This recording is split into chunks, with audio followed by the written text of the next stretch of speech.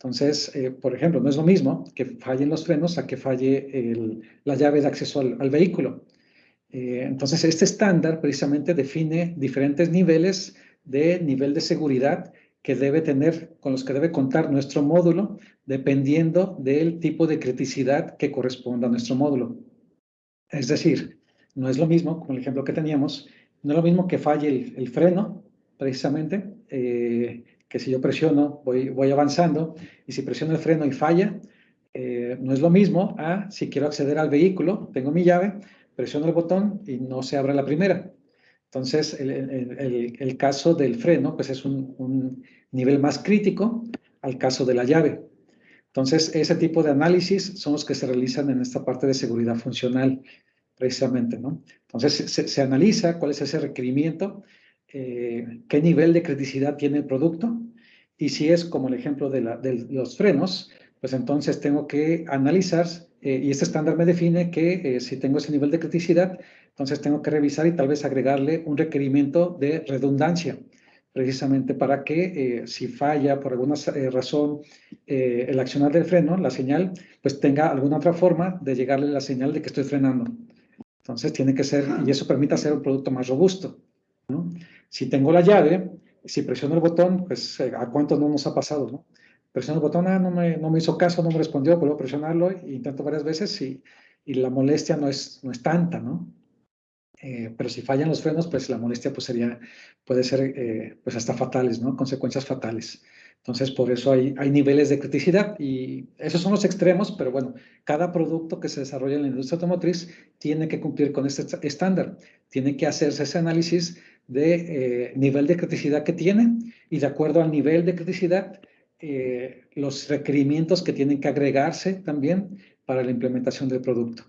Entonces, esa es la parte de seguridad funcional. Del otro lado, si regresamos a la parte de ciberseguridad, del lado izquierdo, y precisamente vemos la imagen, pues precisamente aquí analizamos más bien cómo es la influencia del ambiente hacia nuestro producto. Es decir, y es tal cual, ¿no? Como los hackers que conocemos o que conocemos generalmente en la parte de IT. Entonces, en nuestro módulo, en el auto, pues precisamente puede haber entes externos que quieran acceder a la información o a nuestro módulo. Entonces, esa es la parte que se enfoca en la parte de ciberseguridad. Entonces, así como también tenemos la parte de seguridad funcional, esta parte de análisis, en la seguridad, en la ciberseguridad, pues también se tiene que hacer este análisis. ¿Cuáles son? Tienes que pensar, necesitamos en la industria automotriz estas personas, estos ingenieros de ciberseguridad que se encarguen de pensar también en esas partes, en las formas como puede ser usado nuestro módulo, como puede un ente externo tratar de acceder a la información, al bus, a los datos, al código de nuestro módulo. Entonces, ese ingeniero de ciberseguridad pues tiene que pensar también, tiene que ponerse esa cachucha de cómo pueden impactar ese módulo, precisamente para también definir ahí qué requerimientos tenemos que implementar para que si alguien quiere acceder a nuestro módulo, pues le cueste más trabajo. Cosas desde, pues por ejemplo, criptografías podrían intervenir aquí. Regresando al caso de la llave, por ejemplo, ¿no? Tenemos esa parte, presionamos el botón y pues se abre el carro.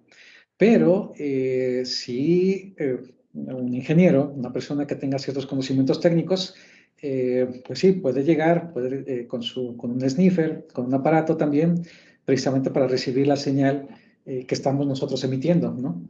Entonces, y precisamente decodificar y hacer cosas que no son adecuadas, que no son éticas. Entonces, nosotros somos responsables también de poder agregar esa seguridad a nuestros módulos para complicar ese tipo de accesos. Entonces, sí, al inicio, cuando empezaron los controles remotos, pues sí, la información que se transmitía pues no estaba tan protegida. Va avanzando, sale el estándar y precisamente tienen que modificarse y agregarse esos requerimientos para cubrir la parte de ciberseguridad. Entonces, agregar ciertas criptografías, agregar ciertas estrategias para que, cómo saber si es el dueño el que está transmitiendo el mensaje, y si no lo es, qué acciones tomar también, ¿no? Entonces, como pueden ver, es muy retador, es un tema técnico muy interesante, y bueno, que implica muchos retos también. Entonces, claro, son parte también de las competencias que estamos buscando cubrir, que ahorita ya se buscan, se requieren estos ingenieros tanto de la seguridad funcional como estos ingenieros de la parte de la ciberseguridad.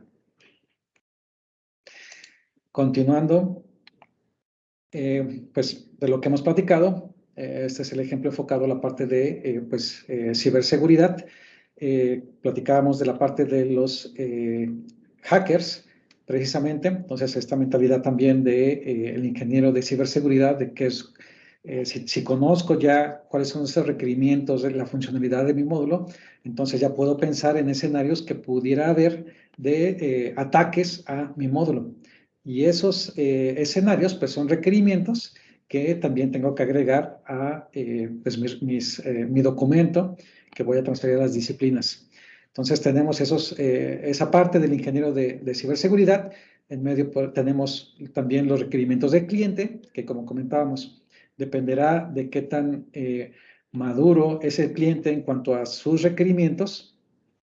Podrá ya conocer este estándar el cliente, y de acuerdo a este estándar, él también puede tener ya definida qué estrategia quiere implementar para la protección de sus módulos, o no. Habrá clientes que pues no es nuevo también esta parte de ciberseguridad y que no saben cómo cubrirla. Entonces, este ingeniero de ciberseguridad tiene que ayudar también a esa parte, ¿no? Tenemos como sus proveedores, tenemos que ayudar al cliente a identificar esos potenciales gaps, potenciales huecos que pueda haber en los módulos y cómo cubrirlos. Y es responsabilidad. El estándar, ya al hacerse estándar, ya no hay forma de cómo no cubrirlos nosotros. Ya hay cuestiones también legales allí, y responsabilidad legal de la compañía, del ingeniero, precisamente si pues se nos va alguno de esos huecos también ahí, ¿no?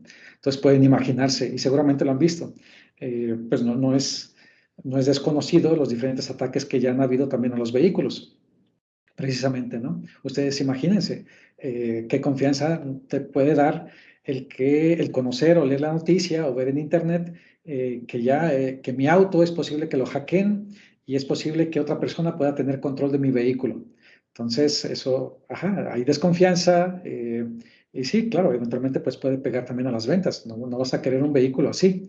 Entonces, también es como proveedor de electrónica automotriz para vehículos, pues es nuestra responsabilidad también conocer esas partes y guiar también al cliente.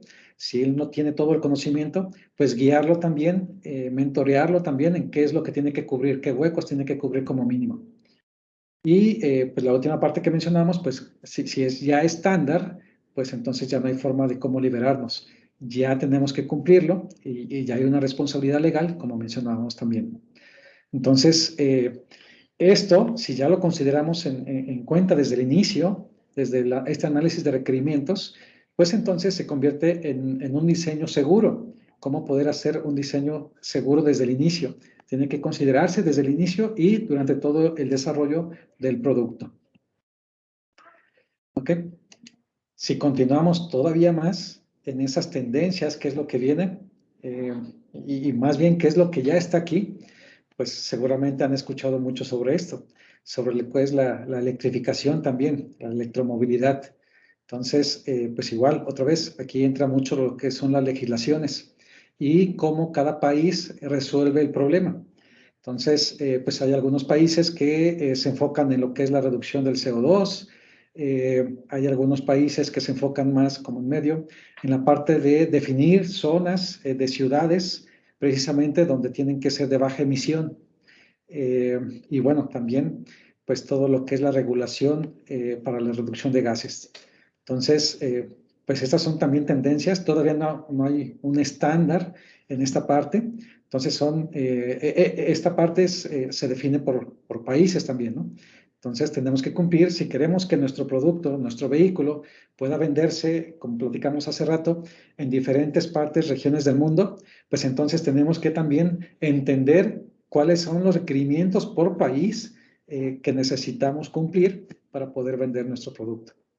Entonces también el ingeniero de sistemas tiene que estar en tanto, revisar también esas partes y qué es lo que tenemos que hacer, ¿no? Si producimos el vehículo en Norteamérica, ahora queremos venderlo en Europa, entonces, ok, necesitamos conocer qué regulación tenemos que cumplir para poder vender nuestro producto también allá.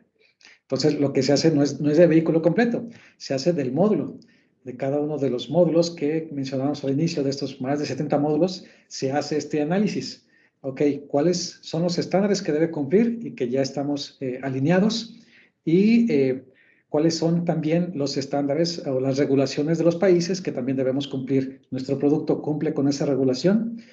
Por ejemplo, tal vez ahorita ya es más conocido, pero la reducción de plomo también, ¿no? En nuestros componentes, en nuestra parte.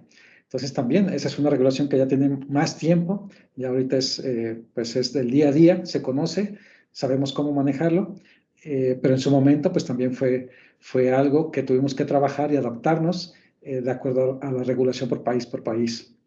Entonces ahorita pues como todos sabemos la parte de emisiones pues es una parte crítica también a nivel mundial y que como ingenieros de desarrollo necesitamos estar también al tanto, conocer, entender, conocer al día a día qué es lo que está sucediendo, cuáles son esas tendencias para que nuestro producto pueda desarrollarse de acuerdo a las necesidades del cliente y podamos también vender ese producto pues, en diferentes regiones del mundo.